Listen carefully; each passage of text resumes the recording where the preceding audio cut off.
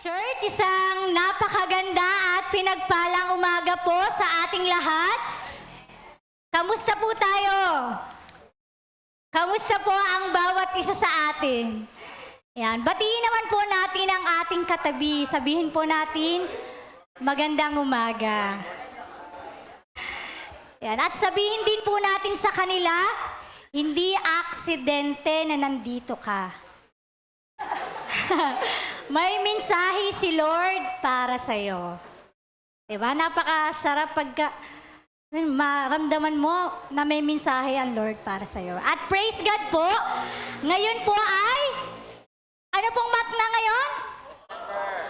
August, first Sunday of August na po. Panibagong buwan, panibagong biyaya mula sa Diyos. Bagong buwan po, pero iisang Diyos pa rin.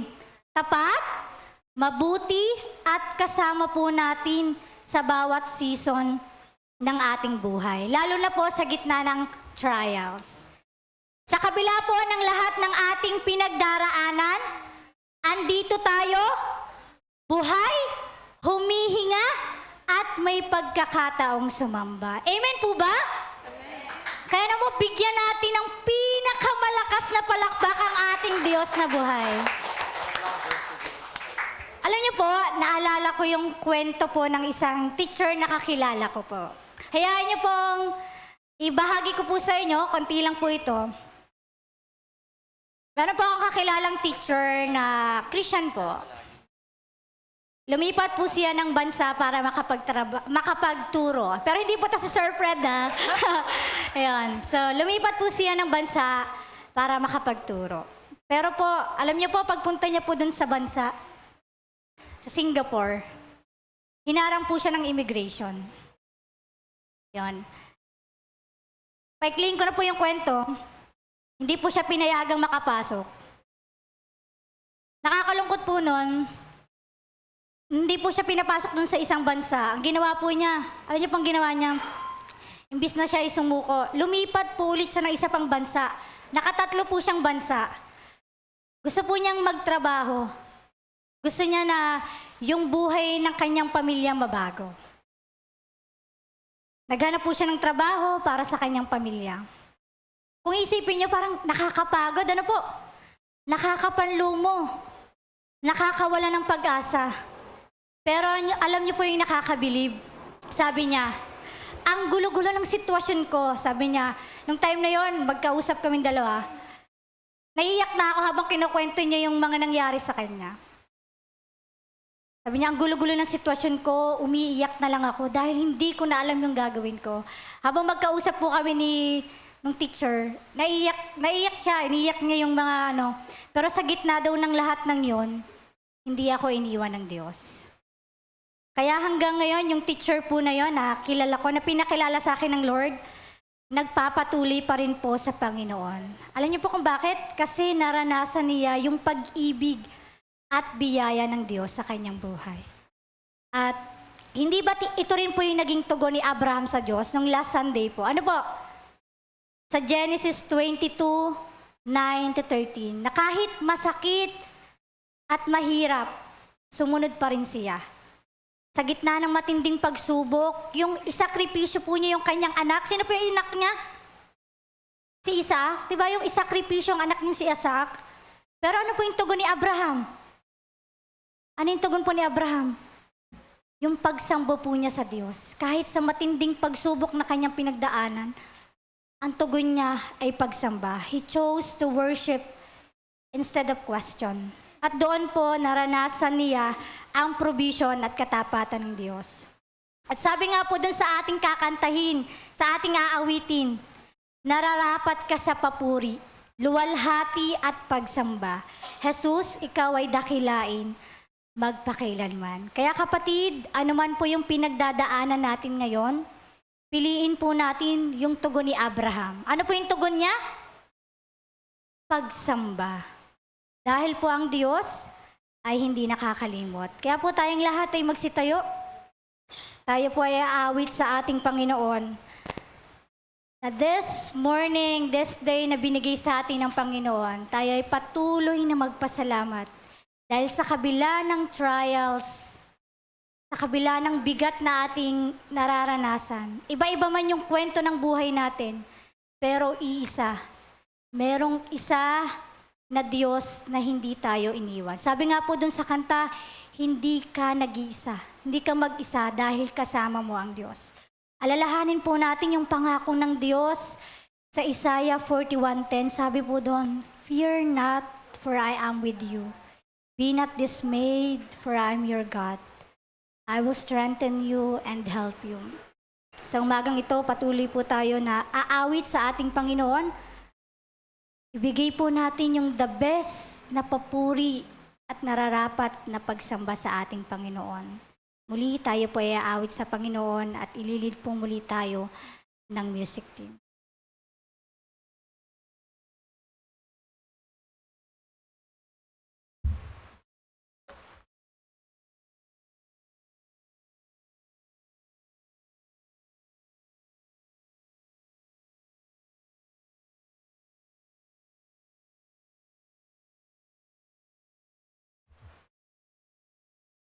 Sa oras na ito, patuloy tayong lumapit sa Lord.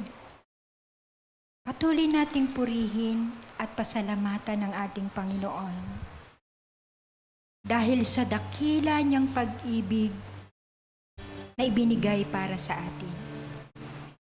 Sapagkat walang pag-ibig na hihigit pa sa pag-ibig na ibinigay sa atin ng ating Panginoon.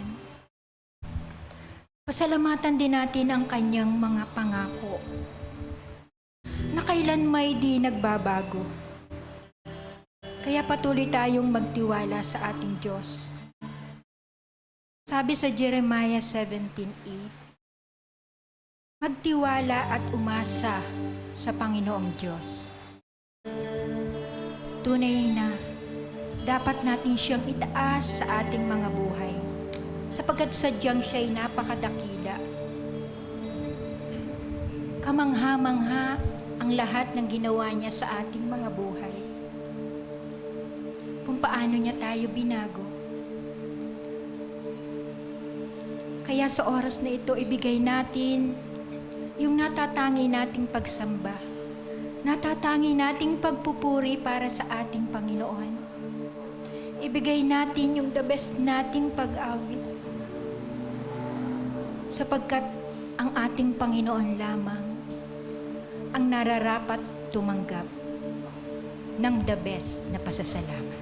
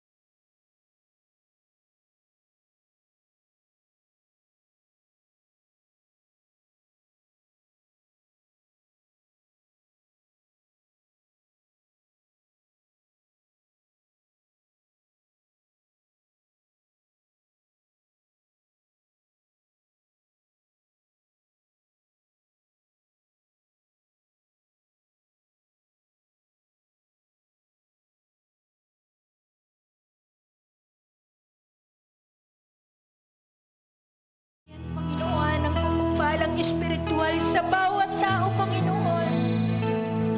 Lord, tulungan mo po kami, Panginoon. Kami, Lord, my God. Gawin mo po kaming banal, Panginoon, sa iyong harapan. Pagpatuloy, Panginoon, na kami maging banal mong tahanan. Purihin ka, Lord, sapagkat patuloy mong ipinadadama sa amin, Panginoon, ang iyong presensya, Panginoon. Maraming salamat, Panginoon, sa iyo pong pagtitiwala sa amin. Sa iyo po namin pinagkakatiwala ang lahat ng aming gagawin, Panginoon. Sa iyo lamang po namin ito ay niaalay. Sa pangalan ni Jesus, Amen and Amen. Purihin po ang Panginoon. Pwede na po tayo.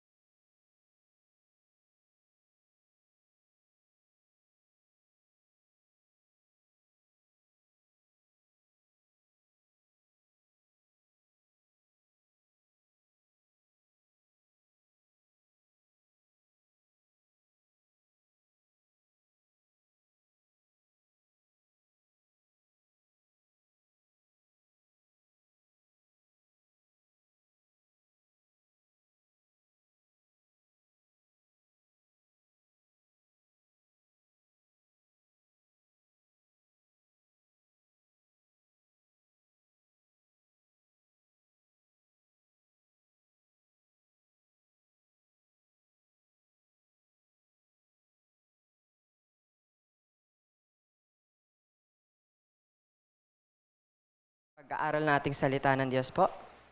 Yan, tayo po'y pumikit, tayo po'y manalangin. Panginoon, maraming salamat po, nagkasama-sama.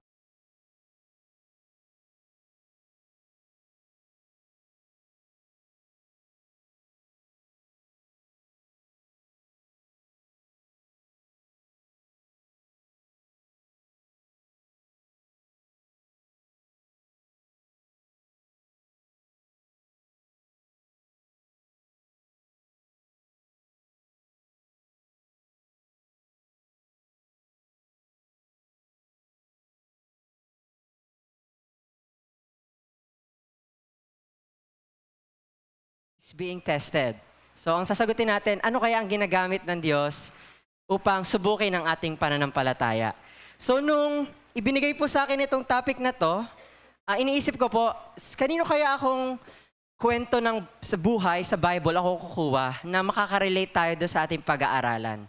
So, tandaan naman po natin, marami naman po talaga sa Biblia ang kwento, na napakagandang kwento na about sa pananampalataya. So, pinag-isipan ko po, ano kaya, sa tingin nyo, kay Arvin, ikaw, pag about sa faith, sino ba unang pumapasok sa isip mo? So, wag yung nakita mo dyan kanina. Yan, si Ate Wait, yan.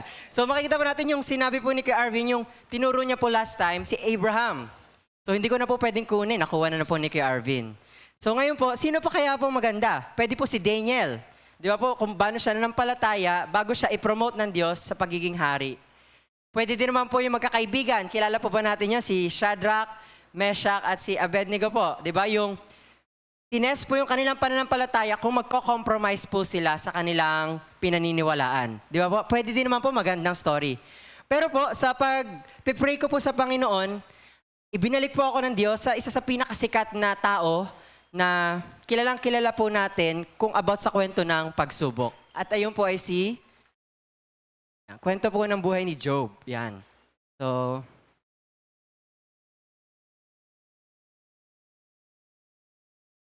yan. Okay, yan si Job po. So, buksan po natin ating Bible sa Job 1, chapter 1 po hanggang chapter 2. Babasahin po natin ito.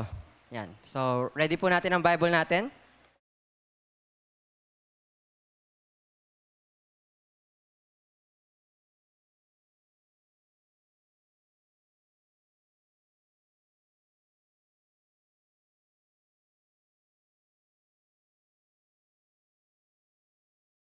Yan, so babasahin ko na lang po. Yan, kwentuhan ko po kayo ng konting storya. Yan, sabi po dito, may isang lalaking nakatira sa lupain ng Uz, nagngangalang Job. Isa siyang mabuting tao, sumasamba sa Diyos at umiiwas sa masamang gawain. Di ba? Napakabait niyang tao po, ano? Meron siyang 7 anak na lalaki at 3 anak na babae. Marami siyang tagapaglingkod at siya ang pinakamayaman sa buong silangan. So, tingnan po natin yung buhay po ni Job, ha? Sabi po dito, meron daw po siyang 7,000 ang kanyang mga tupa, 3,000 ang kamelyo, 1,000 ang baka at 500 ang asno. Nakaugalian na ng kanyang mga anak na lalaki na halinhinang magdaos ng handaan sa kanilang bahay at inanyayahan nila ang kanilang mga kapatid na babae. So, ano pala po ito? Laging may party. Sa sobrang yaman nila, hindi lang basta handaan, party po, lagi. So, hindi natin alam, yung linggo-linggo, pwede po, kasi sa yaman po ng kanilang pamilya. Tuwing matatapos ang ganong handaan, pinapatawag ni Job ang kanyang mga anak para sa isang ritual. Maagang-maagang bumangon si Job, kinabukasan upang mag-alay sa Diyos ng handog, sinunog para sa kanyang mga anak, dahil baka lihim nilang nilalapastangan ng mga ito ang Diyos at sila ay nagkakasala. So, dahil po lagi mahilig mag-party sa kanilang bahay yung mga anak niya, ang buhay po ni Job ay, ito po yung kanyang routine. So, lagi niya din pinagpe-pray po yung mga anak niya na inihingi niya po ng tawad na baka nga daw habang sa kasiyahan ng mga anak, ay nalalapastangan na pala po ang pangalan ng Diyos. Ito, dumating ang araw na ang mga anak ng Diyos ay humarap kay Yahweh at naroon din si Satanas. Tinanong ni Yahweh si Satanas, ano ba ang pinagkakaabalahan mo ngayon? Nagpapabalik-balik ako sa lahat ng sulok ng daigdig, sagot ni Satanas. Napansin mo ba ang lingkod kong si Job? Tanong ni Yahweh. Wala siyang katulad sa daigdig. Mabuti siyang tao, sumasamba sa akin at umiiwas sa masamang gawain. Dugtong pa ni Yahweh. Sumagot si Satanas, sasambahin ka pa kaya kayo ni Job kung wala na siyang nakukuha mula sa inyo? Yun po yung tanong, di ba? Magiging faithful pa po ba si Job if di siya pinagpapala, di ba? Inaalagaan niyo siya at ang kanyang pamilya at ang lahat ng ari-arian niya. Pinagpala niyo ang lahat ng kanyang gawain at halos punuin niyo ang kanyang kayamanan, ang buong lupain. Subukan ninyong alisin ang lahat ng yan, lahat sa buhay niya at haharap-harapan niya kayong susumpain. Sabi ni Yahweh kay Satanas, kung gayon, gawin mo lahat ng ang gusto mong gawin sa kanya, huwag mo lamang siyang sasaktan at umalis si Yahweh sa harapan ni Yahweh. Isang araw, nagkainan at nag-iinuman ang kanyang mga anak sa bahay ng kanilang panganay na lalaki. Walang ano-ano'y dumating kay Job ang isang tauhan. Sinabi nito, kasalukuyan po naming pinag-aararo ang mga baka at nangangainan ang mga asno. Nang may dumating na sa beyo, kinuha po nila ang baka at ang mga asno at pinatay po ang aking mga kasama. Ako lang po nakatakas upang ibalita sa inyo. Di pa ito nakakatapos sa pagbabalita nang dumating naman ang isa, sinabi naman ito kay Job, tinamaan po ng kidlat ang mga tupa at mga pastol at namatay lahat. Ako lang po nakaligtas upang magbalita sa inyo. Di pa ito halos tapos magsalita nang may isa namang dumating ang sinabi, sinalakay po kami ng 3 pangkat ng Kaldeo, kinuha nila ang lahat ng kamelyo at pinatay ang aking mga kasamahan. Ako lang po ang nakatakas upang magbalita sa inyo. Hindi pa rin ito halos tapos magsalita nang may dumating na naman at sinabi, habang ang mga anak niyo po ay nagkakain at nagiinuman sa bahay ng panganay na kapatid, hinampas po ng napakalakas na hangin ang bahay at bumagsak, nabagsakan po silang lahat at namatay lahat. Ako lang po ang natirang buhay upang magbalita sa inyo. Tumayo si Job, pinunit ang kanyang damit at nag-ahit ng ulo. Pagkatapos ito, nagpatira pa siya at sumamba sa Diyos, sinabi niya, hubad akong lumabas sa sinapupunan aking ina, hubad din akong babalik sa lupa. Si Yahweh ang nagbigay, si Yahweh rin ang babawi. Purihin si Yahweh, sa kabila ng pangyayaring ito, hindi niya sinisi ang Diyos, kaya't hindi siya nagkasala laban sa Kanya. Sa chapter 2 po tayo, yan. Sabi po dito, Muling humarap kay Yahweh ang anak ng Diyos at naroon din sa Satanas. Tinanong ni Yahweh sa Satanas, ang tagapagparatang, saan ka nanggaling? Di ba po? Sumagot si Satanas, nagpapabalik-balik, naglilibot sa buong daigdig. Napansin mo ba ang aking lingkod kong si Job? Tanong ni Yahweh. Wala siyang katulad sa daigdig, mabuti siyang tao, masamba sa akin at umiiwas sa masamang gawain. Hinihimok mo akong pinsalain siya kahit walang sapat na dahilan, subalit nananatili pa rin siyang tapat sa akin, sabi ni Yahweh. Sumagot si Satanas, kahit anong bagay ang ibigay mo sa tao, huwag lamang siyang mamamatay. Subukin niyong saktan ng kanyang katawan at siguradong susumpain niya kayo ng harap-harapan. Sinabi ni Yahweh, kung gayon, gawin mo ang gusto mong gawin sa kanya, huwag mo lamang siya papatayin. Kaya umalis si Satanas sa harapan ni Yahweh at tinadtad ng nagnanaknak na sugat ang buo niyang katawan mula ulo hanggang talampakan. Naupo si Job sa tabi ng basurahan at kinakamot niya ng isang pirasong basag na palayok ang kanyang mga sugat. Sinabi ng kanyang asawa, mananatili ka pa bang matuwid? Tumpain mo na ang Diyos at mamatay ka na. Sumagot si Job, di mo naiintindihan ang iyong sinasabi, pagpapala lamang ba ang tatanggapin mo sa Diyos? Di ba natin tatanggapin kung bibigyan niya tayo ng pagdurusa? Sa kabila ng kanyang paghihirap, hindi nagsalita si Job ng laban sa Diyos. Yan, purihin po ang salita ng Diyos. So makikita po natin, nagsimula po ang kwento about kung sino po ba si Job, di ba? Si Job daw po pinakamayamang tao nung panahon niya. Hindi lang basta pinakamayaman, pinakamabait na rin pong tao nung panahon niya. At yung sa araw po, si Satanas pumunta sa langit. Then sa sobrang saya po ng Diyos para kay Job, di ba po, pinagmamalaki po ng Diyos, di ba? Si Job, nakita mo ba aking lingkod? Ayaw niya sa kasalanan, ayaw niya sa kasamaan, di ba po? Ang sabi ni Satanas, kaya naman pala, nagpapala mo yan kasi nga, kaya siya naglilingkod sa'yo kasi pinagpapala mo siya, di ba? Anong ginawa? So, ang ginawa ni Satanas, tinanggal niya po ang lahat ng ari-arian, maging yung anak po ni Job, pinatay niya, di ba po? Ano po nangyari sa dulo? Yun po yung pag-aaralan natin ngayon. So, sige po. Ngayon po, ang pag-aaral natin about sa pagtetest ng Panginoon sa ating pananampalataya. Yan. So, ito po yung nakita natin sa kwento, dalawang test na ginamit po ng Diyos upang subukin ang buhay ni Job. Ang unang test po ay yung pressure test. And yung pangalawa po is people test. Yan. Una po yung the pressure test. Yan. Yung dun po sa binasa natin, hindi pa ito halos nakapagsalita nang may isa na namang dumating. Ang sinabi nito, sinalakay po kami ng 3 pangkat ng kaldeo, kinuha nila ang lahat ng kamelyo at pinatay ang aking mga kasamahan. Di ba makikita natin, may mga nagbabalita sa kanya ng bad news. Sa sobrang daming bad news, hindi pa daw tapos magsalita yung isang tao, may bad news na namang dumating. Di ba po? Kung kayo po kaya ang nasa katayuan ni Job, di ba po? May nagsabi, naku, nawala yung nahuli na LTO ang motor. Yan na, di ba? Nalaglag ang lisensya. Di ba? Nakabangga. Nako, di ba po? Ano kaya ang tatakbo na po sa ating isip? Di ba po? Tatandaan po natin, yan. Why does God use pressure to test us? Bakit daw po ba ang pressure, pagpe-pressure sa buhay natin, isa sa ginagamit ng Diyos upang subukin tayo? Una po, yan.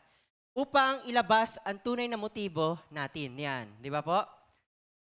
Sabi po dito, yan, sumagot si Satanas, sasambahin mo pa kaya kayo ni Job kung wala na siyang nakukuha mula sa inyo? Yan po, magandang tanongin natin, reflection po natin sa ating sarili. Tayo po ba ay magpapatuloy pa sa Diyos kapag kahit walang pagpapala ang tayo natatanggap? Di ba po? Yan yung tanong ni Satanas eh. Sa tingin niyo po kaya, pag tayo tinanong itong tanong na to, ano kaya may isasagot po natin? Di ba po? Sabi po dito, kasaganahan o kahirapan. Ano po ba talaga ang motibo natin kapag tayo humaharap sa kasaganahan o kahirapan? Sabi po dito, patong po. Yan, sabi po dito, sa Mateo 13:21-22, buksan po natin ating Bible. Yan. Mateo 13:21-22. Sabi po dito, ngunit hindi tumitimo ang mensahe sa kanyang puso, sandali lamang itong nananatili at pagdating ng kapighatian at pagsubok dahil sa mensahe, agad siyang tumatalikod sa kanyang pananampalataya. Ang binhi namang nahulog sa matitinik na halaman ay ang mga taong nakikinig sa mensahe, ngunit dahil sa pagkabalisa sa maraming bagay at pagkahumaling sa kayamanan, nawalan na ng puwang sa kanyang puso ang mensaheng ito at hindi na nagkaroon ng bunga. So titignan po natin. Ito po yung unang pressure. Ito po yung unang test sa atin, the pressure test. Bakit kaya po tayo pinipressure? Bakit kaya po pinipressure ang ating pananampalataya? Tanungin po natin, baka naman kasi kaya pala tayo nagpapatuloy sa Panginoon kasi masaya ang buhay natin. Di ba po? Na ay, ganda, na-promote ako. Natanggap sa trabaho, di ba po? O kaya sabihin natin, may dumating na pera, may bagong business, di ba po? Tanungin po natin, baka kasi po, pag tayo dumating na sa pressure test, mabas po talaga yung nasa puso natin. Sabi po dito, pagdating daw po ng kapighatian at pagsubok, maalis na daw po sila sa pananampalataya. Ganun po ba tayo? Tingnan po natin. Mag-reflect po tayo na baka ganun po ang mangyari sa atin kapag tayo ay dumaan na sa pagsubok. Di ba po? Sabi nga po dito, bakit tayo pinipressure? Bakit pinipressure ang ating faith? Upang ilabas daw po ang tunay nating motibo. Na baka naman, ang tindi po natin maglingkod, pero pag may pagsubok na, absent na, di ba po, nawawala na tayo. Ano pa po yung sunod? Yan. Pero po, ano po ang ginawa ni Job? Ano po yung sabi ni Job, di ba po? Ang sagot ni Job, hindi mo ba naiintindihan ang inyong sinasabi? Pagpapala lang ba ang tatanggapin mo sa Diyos? Yan po yung maganda nating ilagay sa ating isipan, di ba po? Kasi baka isipin po natin, pag Christian na tayo, ay, Christian na. Malapit na sa Diyos. Maganda ang buhay. Yan, di ba po? Puro blessing. Hindi po yun. Yun po ay, sabihin natin, yung buhay na masagana, walang hirap, ano po yan? Kasinungalingan po ng dyablo po yan. Kasi nga, tataan po natin, sabi dito, di ba natin tatanggapin kung bibigyan niya tayo ng pagdurusa? Yan. Bilang tagapaglingkod po ng Diyos, ito po yung napag-aaralan namin sa Young Pro. Ang sabi po doon, bilang tagapaglingkod, wala daw tayong karapatang magreklamo sa ating amo. Di ba po? Tayo sumusunod sa Diyos. Kung ano ibibigay niya po sa atin, tatanggapin daw po natin ng walang reklamo. So bakit po tayo pinipressure? Upang ilabas daw po yung motibo ng ating puso. Di ba po? Kung tayo ba ay susunod, kahit tayo ay nahihirapan na. Next po. Upang ilabas ang tunay na laman ng puso natin. Yan, sa heart. So buksan po natin ating Bible. Sabi po sa Luke 6:45. Lucas 6:45 po. Buksan na po ba natin? Sabi po dito, ang mabuting tao ay naglalabas na mabuti sa kanyang pusong sagana sa kabutihan. Samantala, ang masamang tao naman ay naglalabas ng masama mula sa kanyang pusong puno ng kasamaan. Sapagkat kung ano ang nag-uumapaw sa puso ay siyang sinasabi ng labi. Diba po? Sa English po, out of the overflow of the heart, the mouth speaks. So bakit po tayo pinipressure ng Diyos? Upang ilabas daw po yung laman ng puso natin. Tandaan po natin, sa isang sitwasyon, madaling kumalma. Di ba po? Kapag yung kapaligiran ay mapayapa. Okay, so chill lang, kumbaga. Pero pag dumating na po yung panahon, nape-pressure na tayo, punong-puno na tayo, lalo na sa kapitbahay, sa work natin, sa boss natin, punong-puno na tayo, di ba? Dumating yung panahon na yon, ano po mangyayari? Inilalabas po natin talaga yung nasa puso natin, di ba po? Kasi yun nga po, katulad yung nababanggit po, pa nagbibigay, madali naman daw magbigay. Pero malalaman daw po natin kung magbibigay ka pa kapag ikaw mismo ay nahihirapan na. Di ba po? O kaya sabihin natin, lagi kang tumutulong sa ibang tao, tapos pag ikaw yun ay nangangailangan, bigla ka nagalit, walang tumulong sa'yo. Di ba po? Ibig sabihin pala, ang laman ng puso mo, kaya ka nagbibigay, para may makukuha ka din palang pabalik. Di ba po? Lumalabas yung tunay na ugali. Sabi nga po dito, pag napuno na ang puso, lalabas ang tunay na ugali. So, ganun po ang ginagawa ng Diyos para malaman natin, di ba, minsan po, gagalit tayo, may nasabi na tayo. The drive, o kaya sa work, yan, may mga customer, o kaya naman sa nakakausap natin, sa kapitbahay natin, di ba? Pag yamot na yamot ka na sa kanya, ano kaya po ang lalabas sa ating bibig o kaya sa ating action? Tingnan po natin ang ating sarili, di ba po? Sabi nga po dito, paano na ba natin malalaman ang laman ng puso natin? Yan. Pag umapaw na yan, yun yung laman, di ba po? Ngayon, dito pa tayo sa church, kayang-kaya pa natin pigilin, madami nakatingin, di ba po? Pero pag umuwi na tayo sa bahay, pag nasa school, kaya pag nagtatrabaho na tayo, at nandun na yung pressure sa paligid, lalabas na po yung pwede nang ilabas ng Diyos yung tunay na laman ng puso natin. At syempre, hindi natin malalaman kung hindi lalabas, di ba po? Kaya nga, ine-expose ng Diyos ang laman ng ating puso. Kaya tatandaan po natin, kaya pala pag tayo nagagalit, tapos nagmura tayo, sabihin, yung pala ang iipon natin sa puso natin. Di ba po? Nagalit tayo, Cinta, di ba? Di ba? Gagalit, di ba? Ibig sabihin, pag kalmado ang lahat, mabait tayo. Pero, pag nasagad na tayo, ayun na pala, gan pala ugali ko, di ba? Dahil doon, at least tayo, tinutulungan tayo ng Diyos, malaman ano ba talaga ugali natin. Kasi minsan isipin natin, parang okay na ako Parang hindi na ako katulad ng dati na ganito. Pero biglang nung dumating yung pagsubok, ay lumabas yung ugali. Tago lang pala.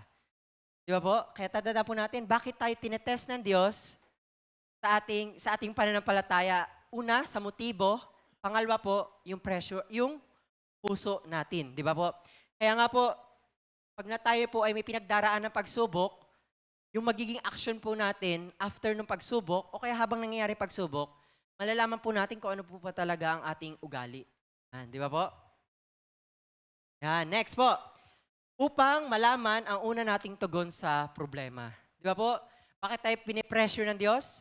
Tingnan natin. Ano kaya yung unang magiging action ko pag dumaan ako sa pagsubok? Di ba po? Sabi po dito, di ba po makikita natin kung tayo nasa sitwasyon ni Job, ano kaya ang una nating gagawin? Yan. So magtatanong tayo ng konti po. Jenny Rose, pag ikaw dumaan sa pagsubok na yon, anong unang-una mong gagawin? Yung totoong sagot. Hindi. Yan. Yan, yung katotohanan na sagot ha. Yan. Ayan na. Hindi daw maniwala. Yan, tatandaan po natin, sa totoo lang po, kahit tayo sa sitwasyon natin ngayon, madaling sabihin na, hindi. Lapit ako sa Panginoon. Kasi hindi pa natin napagdadaanan. Di ba po? Malalaman natin pag napagdaanan na natin ang sitwasyong iyon. Ano po ba? Ito po si Job. Tanya niyo po, namatay ang lahat ng anak. 7. Ubus ang kayamanan. Balik sa 0. Hindi lang po yon. Meron pa siyang mga yung pigsa sa buong katawan. Yung isang pigsa na lang po sa isang parte ng katawan, ang hirap kumilos. Sa buong katawan, para daw alisin lang yung mga nakayod daw po niya ng palayok, di ba po? Yung alis-alis niya, sobrang sakit. Pag isipin po natin, di ba? I-reflect natin. Pag tayo nasa sitwasyong yun, ano kaya ang una nating gagawin? Di ba po? Na baka sabihin natin, di ba? Ano una nating gagawin? Yun po, kaya tayo pinipressure ng Diyos. Kasi nga, tandaan po natin, parang yung sa puso lang, pag kalmado ang paligid, ay sige, mag-pray lang tayo, chill lang naman, di ba? Okay, so sabihin natin, walang pamasahe, okay lang. Mag-pray lang tayo ng pamasahe. Pero pag yung matitinding pagsubok na, ano kaya po ang magiging response natin, di ba? Hello, Mayor, baka naman, may tulong. Baka lalapit na tayo sa mga connection natin agad, di ba? O kaya, papahiramin ako ng pera nito, tawag agad sila sa pag may problema, di ba po? Pero titignan po natin, ang unang ginawa po ni Job, tumayo si Job, pinunit ang kanyang damit at nag-ahit ng ulo, di ba po? Ito po yung kanilang pag-aayuno po. So nag-fasting din po si Job, di ba po? Pagtapos nagpatira siya at sumamba sa Diyos. Sinabi niya, hubad akong lumabas sa sinapupunan ng aking ina, hubad din akong babalik sa lupa. Si Yahweh ang nagbigay, si Yahweh rin ang babawi. Purihin si Yahweh. Sa kabila ng pangyayaring ito, hindi niya sinisi ang Diyos, kaya't hindi siya nagkasala sa kanya. Yan po natin, di ba? Sinagad na ang buhay ni Job, pero ang pinakauna niya pong ginawa, nagpuri sa Diyos. Di ba po? Yun po yung hamon sa atin, di ba? Na hindi yung, pag may problema, sige, tawag po tayo sa mga connection, baka matutulungan tayo. Una-una po nating nilalapitan ay ang Diyos po. Next po. Ano po yung bakit tayo pinipressure ng Diyos? Yan. Upang mapapurihan ang Diyos. Tandaan po natin, ang lahat ng pagsubok po ay, ang reason po nito ay para sa kapurihan ng, ultimately po, yes, pwedeng pagturo sa atin, pero sa dulot po talaga nan para sa kapurihan ng Diyos. Ang sabi po sa awit 50:15, kung kayo ay may bagabag, ako ang laging tawagin. Kayo'y aking ililigtas, ako ang inyong pupurihin. Sabi po doon, sabi po sa English, malalaman daw po natin na Diyos ay dakila sa pamamagitan ng mga pagsubok nating. So ultimately pala, kaya pala may pressure, at the end, malalaman po natin na Diyos talaga ang dapat nating mapapurihan. Next po, yung people test. Yan. So hindi lang po pressure pala ang ginagamit ng Diyos para tayo ay subukin, people test. Ginagamit din pala niya ang kapwa-tao upang tayo ay subukin. So hindi lang pala basta mga nangyayari sa buhay natin, yung mga kasama pa natin sa pang-araw-araw, ginagamit ng Diyos. Tandaan po natin to, di ba po? Naupo si Job sa tabi ng kanyang basurahan at kinamot niya ng isang pirasong basag na palayok ang kanyang mga sugat. Sinabi ng kanyang asawa, mananatili ka pa bang matuwid? Tumpain mo na ang Diyos at mamatay ka na. Di ba po? Napakatindi na nung pinagdadaanan ni Job. At mas matindi pa doon, di ba po, namatay ang kanyang mga anak. Bakit kaya nabuhay yung asawa? Kasama pala sa pagsubok. Di ba po? Tandaan natin, bakit kaya binuhay yung asawa? Yung pala yung pinakamahirap na pagsubok. Di ba po? Yan. So may mga kasama ka sa buhay mo, naku, pagsubok yan. Di ba po? Napakatindi po, di ba? Sa panahon na may paghihirap na si Job, naubos na ang lahat, yung taong inaasahan pa niyang malalapitan niya, ayun pa pala yung sabi, mamatay ka na. Diba po? Tayo kaya po, kung maririnig natin sa taong napakalapit sa atin, sa anak natin, asawa, kaibigan, diba po? Yan, mga ka-work. Paano pag sila na mismo, yung mga best friend, close friends natin, sila na pala yung laban sa atin. Di ba po? Sabi, mamatay ka na. Marinig natin sa sinabi niyan. Sige, ba? Okay? Di ba? Ano kaya po, di ba? Ano mararamdaman natin? Parang, tawa ko to, kaibigan ko to, di ba? Bakit ganito? Tandaan po natin, di ba? Ang buhay daw po'y puno ng disappointments. Di ba? Na minsan, kaya daw tayo nagkakaroon ng people test para nga ilayo ng Diyos yung masyado nating pagtitiwala sa tao. Kasi pag tayo masyado nagtitiwala sa tao, lumalapit tayo sa tao, hindi na sa Diyos. Di ba po? Tandaan natin, ito asawa niya, wala na siyang natira. Ubus na ang kanyang mga tagapaglingkod, wala na siyang mga alipin. Asawa na lang, sila lang dalawa. At yung mga nagbalita, di ba? Pero yun nga, paano yun? Kahit itong asawa niya, hindi na din niya maasahan. Imbis na makakuha siya ng comfort, wala. Lalo pa siyang nadadown. Ayun, tandaan po natin, pwedeng gamitin ng Diyos ang tao bilang subukin tayo. Ano namang reason? Bakit ginagamit ng Diyos? Una nga po, di ba, tandaan natin, para ialis daw yung masyado nating tiwala sa tao. Yun nga po, nabanggit ko kanina, di ba? Ako, tawag muna tayo sa mga connection. Unang-unang ginawa, di ba? Naku, kailangan ng pera. Ay, wait lang, tawag lang ako, pa-load lang ako. Imbis na sa Diyos tayo lumalapit, na-expose tuloy kung kanino ba talaga tayo tunay na umaasa. Di ba po? Tapos pag wala tayong malapitan, ayun na, nag-pray na, di ba? Na-expose na naman ang tunay na laman ng ating puso. Yan, ang po ang tanong natin, how will you handle disappointment? Yan, di ba? Pwede tayo, nadi-disappoint daw tayo sa career, sa trabaho. Tagal ko nagtatrabaho, bakit hindi pa rin ma-promote? O kaya, hindi ko naman trabaho to, ba't binibigay sa akin, di ba? Sa marriage, di ba? Akala natin, napapanood ko to sa K-drama, masaya naman sila. Bakit sa totoong buhay hindi pala? Di ba? Disappointment daw sa marriage natin. Sa relationship to others, di ba? Friends or family. Best friend ko to, kaya kapamilya ko to, bakit ganun sila sa akin? Sa churchmates, yan. Diba? Naku, ka-church ko pa naman, bakit ganun sila sa akin? Yun daw po yung ating, tatanungin natin, pag dumating daw yung panahon, na-disappoint na tayo sa mga taong ito, di ba? At lastly, yung leader natin, mga nag-handle sa atin, di ba? Nangangailam daw ng buhay natin. Tingnan natin, paano pag na-disappoint na tayo sa kanila, di ba? Ano na yung magiging reaction at response natin? Yun po yung itanong natin, di ba? Yan, bakit gumagamit ang Diyos ng tao upang subukin tayo? Sabi po dito, unang-una upang malaman ang tugon natin sa ibang tao.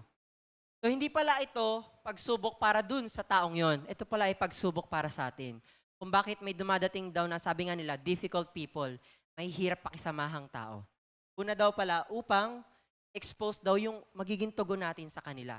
Sabi po sa Ephesians 4:1-3, kaya't ako, na isang bilanggo dahil sa Panginoon, ay nakikiusap sa inyo na mamuhay kayo ng gaya ng nararapat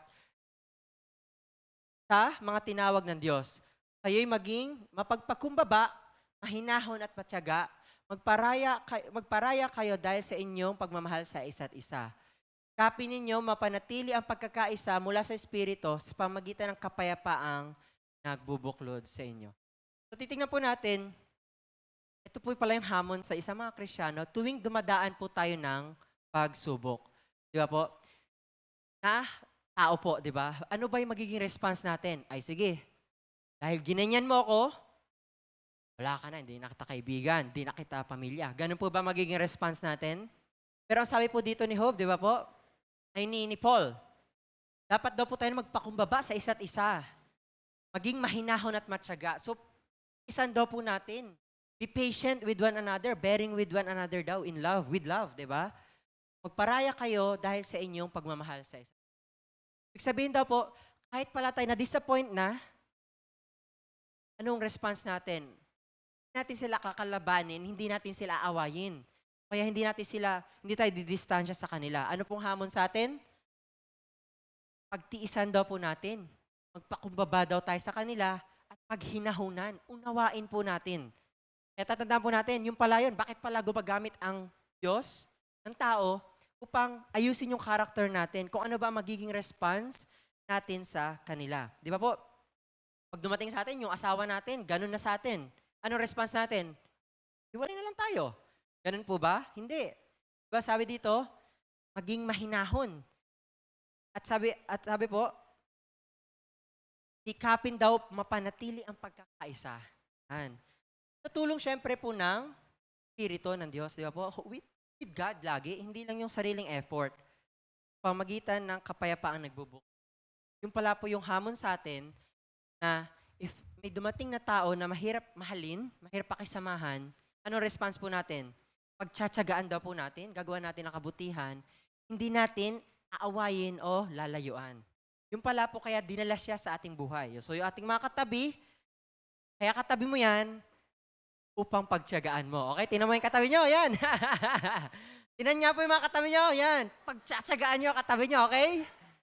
Yeah, alright. So next week po, ay, piliin nyo na po yung katabi nyo, okay?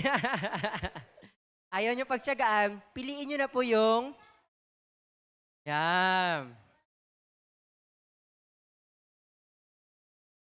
Next po. So ito po yung kaduktuno kanina, di ba po? Upang malaman daw kung kanino tayo umaasa. Bakit po tinan po natin yung sagot ni Job? Sabi po dito, ayan, sa Psalms 118, 8-9. Higit na mabuti na doon kay Yahweh magtiwala ako kaysa panaligan niyaong mga tao. Higit ng mabuti ang pagtitiwala kay Yahweh ibigay kaysa pamunuan ang ating asahan. Di ba po? So, sabi dito po, ang best na daw kung kanino tayo aasa ay sa Diyos. Kaysa daw sa tao, kaya kahit saan man. Sa gobyerno, doon ba tayo maasa? O kaya sa business ba natin, doon ba tayo maasa, di ba? O kaya sa sundo natin, sa nagsusundo sa atin, doon ba tayo maasa magsundo lagi? Di ba po? Tandaan po natin. Pero tandaan po natin. Kaya po tayo sinusubok ng Diyos sa tao upang sabihin niya natin, hindi dapat sa tao umaasa. Di ba po? Sa Diyos po dapat tayo umaasa, hindi sa tao. Kasi nga kaya nga minsan, kala natin, itong taong to, hindi ako bibiguin ng taong ito. Ay, hindi natin sure. Di ba? Malay, gamitin siya ng Diyos upang subukin po tayo. Kasi sabi nga po natin, hanggat may mga bagay tayong ayaw isurrender sa Diyos, ayan yung gustong gibain ng Diyos sa buhay natin. Di ba? Kaya po yun yung makikita po natin kay Job, di ba po? Lahat ng pinagdaanan niya, naubos yung ari-arian, kayamanan, maging yung kanyang kapamilya, wala na siyang maaasahan. Pero ano po yung response? Lagi po tayong bumalik doon sa response ni Job. Sabi po doon, Yahweh daw po ang nagbigay, siya rin daw po ang kuha. Di ba po? Sabi doon, purihin si Yahweh. So yun pala po yung laging ending ng ating pagsubok. Pagpupuri po kay Yahweh at pag-asa kay Yahweh. Di ba po? So yun lamang po ang ating pinag-aaral. Di ba? Una po yung pressure test. Paano nga daw po, bakit ginagamit ang pressure? Upang ilabas to yung motibo natin, naglilingkod lang ba tayo kasi maganda yung takbo ng buhay natin? O kaya pinipressure tayo ng Diyos, ano ba yung laman ng puso natin? O kaya pinipressure tayo ng Diyos, ano ba yung una nating response? Di ba? Minsan kasi po ang mga tao, ang unang response sa pagsubok, action agad. Sagutin ko agad yung aking problema, ako na ang bahala. Aasa na agad sa sariling kakayahan. Di ba po? Eh hindi po dapat ganon. Sa Diyos po tayo, gayahin po natin si Hope. Una-una niyang ginawa, manalangin, umasa sa Diyos. Then yung sunod po, people test. Bakit tayo sinusubok daw po? Gamit ang tao upang mas malaman daw po natin ano ba talaga yung pakikitungo natin sa ibang tao. Kasi baka madali lang silang pakisamahan kasi mabait lang din sila sa atin. E paano pag hindi na sila mabait sa atin, makikisama pa ba tayo?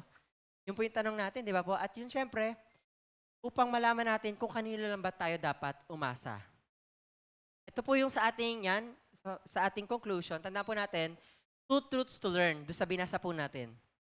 Sa loob ng pagdaan po natin sa pagsubok, malaman po natin itong katotohanan ito. Una-una po, being good does not exempt us from being tested, di ba? Sabi po dito, kahit sabihin natin, hindi mo maglingkod, sumusunod ka sa Diyos, devotion, araw-araw, nagsusulat ng devotional notebook, hindi po yun makakapag-iwas sa atin sa pagsubok. Tandaan nga natin, mas matindi pa nga ang pagsubok ng mga taong sumusunod sa Diyos. At pangalawa po, every temptation we experience is permitted by God. Di ba po, tandaan natin sa binasa po natin, Satanas nagpapaalam sa Diyos. Kaya if ever po may dadaanan tayong pagsubok, tandaan po natin, pinahintulutan po ng Diyos yan. Hindi yan yung, ay, nako, pala pinagdaan na, bigla na palang nangyari sa aking lingkod yon. Hindi po, tandaan natin, binigay yan ng Diyos, may authority, pinayagan po yan ng Diyos. Sabi nga po natin, yan ay nasa hawak-hawak yan ng Diyos. Ang ating pinagdaraanan, under control po ng Diyos natin. So yun lamang po, dapat natin tatandaan tuwing sinusubok po lagi tayo ng Diyos. Ito ibinigay ng Diyos kasi alam ng Diyos, ito ang mabuti sa atin. So yun lamang po sa ating pag-aaral. Tayo po ay tumayo para po tayo yan. I-post po natin yung ating pag-aaral ng salita ng Diyos. Tayo po mag-pray. Panginoon, maraming salamat po sa araw na ito. Kami po ay nakapag-aral ng inyong salita. Tulungan niyo po kami, aming mga naunawaan, natutunan, Panginoon, ay aming maisapamuhay po, Panginoon, at hindi lang po matapos dito, ay magpatuloy po kami sa paglakad sa inyo buong buhay po namin. Hanggang makasama po namin kayo sa Panginoon. Ingatan niyo po ang bawat isa at patuloy po kaming magmahalan, magtiyagaan po, Panginoon, lalong-lalo na sa kapatid namin po, Panginoon, sa Panginoon. Ingatan niyo po ang bawat isa sa pangalan ni Jesus. Amen.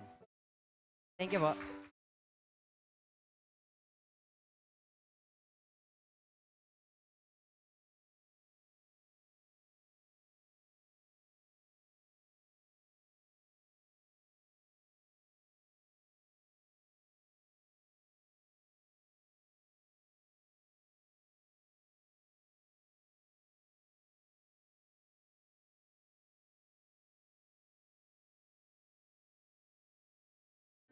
Ito po ay tungkol naman po sa ating pagbibigay. So kung kanina po ay test, ngayon po ay isang test ulit. Hamon po sa bawat isa sa atin pagbibigay. So hayaan ko pong basahin sa inyo ang verse nasa 2 Corinthians chapter 9 verses. Remember this, whoever sows sparingly will also reap, and whoever sows generously will also reap generously. Each of you should give what you have decided in your heart to give, not reluctantly or under compulsion, for God loves a cheerful giver. Sa talata pong ito ay tinuturo naman po sa atin yung pagbibigay, yung natawag po nating sacrificial and voluntary giving. Pag sinabi pong sacrificial, ito po yung talagang ang pagbibigay sa atin ay may kurot sa ating puso. na ang ibinibigay po natin ay nakamahal at importante po. So, sabi nga po ni David, I will not give unto my God that cost me. So, hindi po tayo magbibigay sa Lord ng hindi importante sa po. And it encourages us to give at cheerful. So, kinakailangan pong may kurot, pero masaya po tayong ibigay para sa Panginoon. Kasi lahat ng mayroon po tayo, sabi so lahat po yun ay ng sa Lord. So, it also teaches us bountifully sowing and bountifully reaping. So, magbigay ng may kagalakan mula sa puno ng pasasalamat.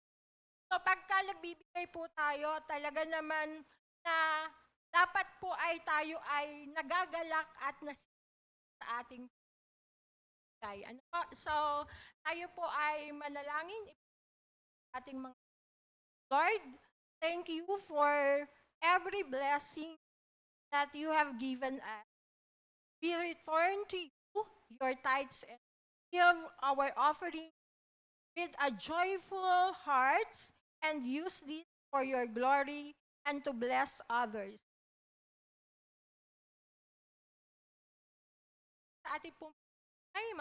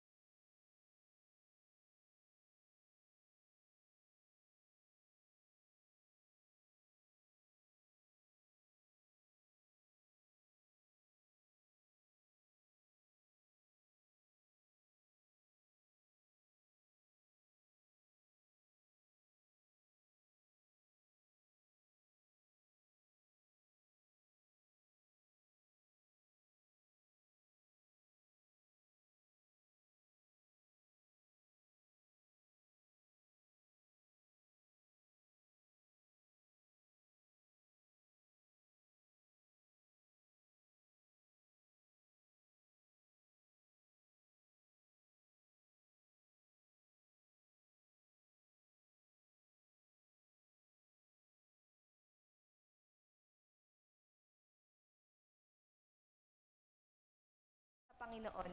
Praise Him po because He is our God and He is our Father. As John 14 verse 1 says, Do not let your hearts be troubled. You believe in God, believe also in me. Kaya kung alam niyo po yung awitin, maaari po kayong sumabay.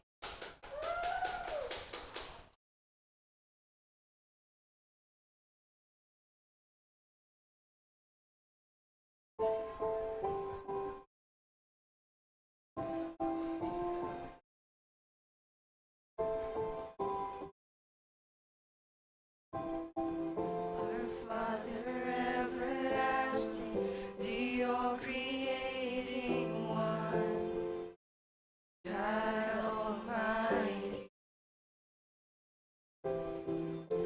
Through your Holy Spirit, conceiving Christ the Son, Jesus our Savior.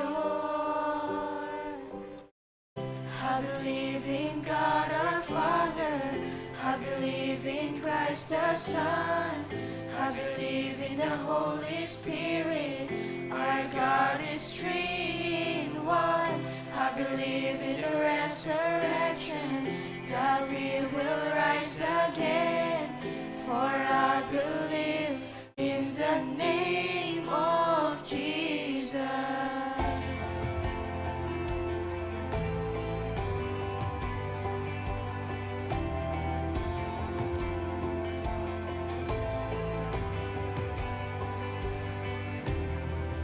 Our judge and our defender, suffered and crucified. Forgiveness is in you. Descended into darkness, you rose in glorious life, forever seated high. I believe in God our Father, I believe in Christ the Son, I believe in the Holy Spirit, our God is three in one. I believe in the resurrection, that we will rise again, for I believe in the name of Jesus. I believe in you. I believe you rose again. I believe that Jesus Christ is Lord.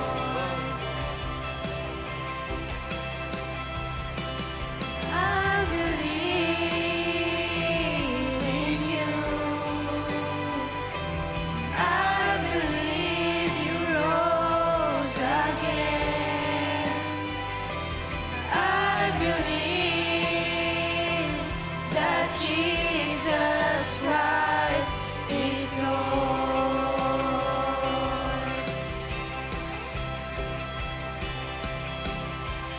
I believe in God our Father, I believe in Christ the Son, I believe in the Holy Spirit, our God is three in one. I believe in the resurrection, that we will rise again, for I believe in the name of Jesus.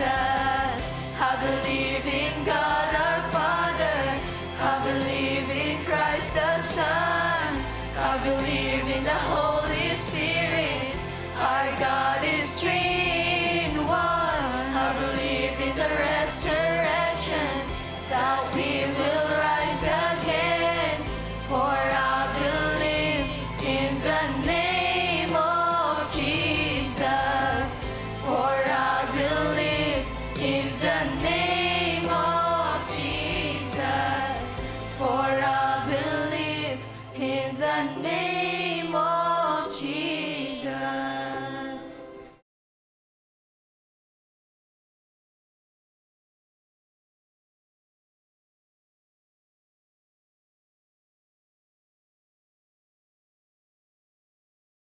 I believe in life eternal.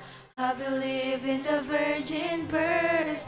I believe in the saints' communion and in your holy church.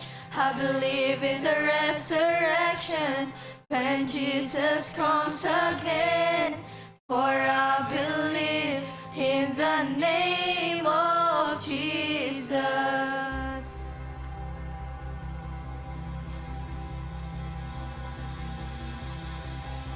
I believe in God our Father. I believe in Christ the Son. I believe in the Holy Spirit. Our God is three in one. I believe in the resurrection, that we will rise again. For I believe in the name of Jesus. I believe in God our Father. I believe in Christ the Son. I believe in the Holy Spirit. Our God is three in one. I believe in the resurrection, that we will rise again. For I believe in the name of Jesus. For I believe in the name of Jesus. To God be all the glory po. Thank you po.